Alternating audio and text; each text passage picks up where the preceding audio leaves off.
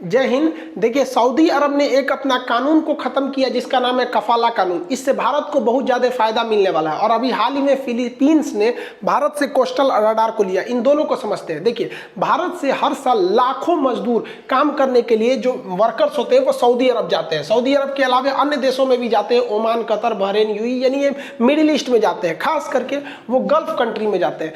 Gulf country यानी खाड़ी देश उन्हें कहा जाता है जिनकी सीमा ये फारस की खाड़ी नामक इस समुद्र से सटती है। तो फारस की खाड़ी से सटने वाले 8 देशों को हम खाड़ी देश कहते हैं, जिसमें Oman, UAE, Qatar, Bahrain, Saudi Arab, Kuwait, Iraq, Iran आते हैं। तो यहाँ भारत के बहुत सारे लोग काम करते हैं। लेकिन यहाँ एक बहुत ही गलत कानून था जिसे कफाला यानी स्पॉन्सर्ड रूल के नाम से जाना जाता था, जिससे मजदूरों को बहुत ज्यादा शोषण होता था।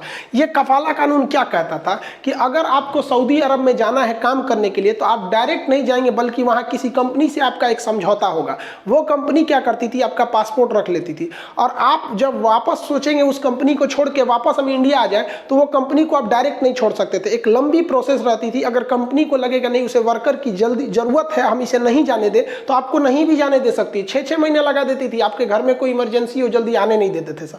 तो पहला एक ये दिक्कत था। और सबसे बड़ा जो दिक्कत था कफाला कानून के तहत कि वहां पे शोषण होता था मजदूरों का। मान लीजिए कि कोई वर्कर इंडिया से गया है, इस कंपनी में काम कर रहा है और इसे 30,000 सैलरी दी जा रही है, लेकिन इसी को छुट्टी के टाइम पे ये घूमने गया तो पता चला कि यहाँ से 5 किलोमीटर दूर एक कोई और कंपनी है, वहां इसे 30,000 के बदले सेम काम की 50,000 रुपये सैलरी दी जाएगी। तो अगर ये कंपनी वाला ये वर्कर जो इंडिया से यहाँ गया है, यहाँ रिजाइन देता है और उस कंपनी में ज्वाइन कर लेता है, तो पुलिस इसे कफाला कानून के तहत पकड़ के जेल में डाल देगी। आप नहीं चेंज कर सकते थे।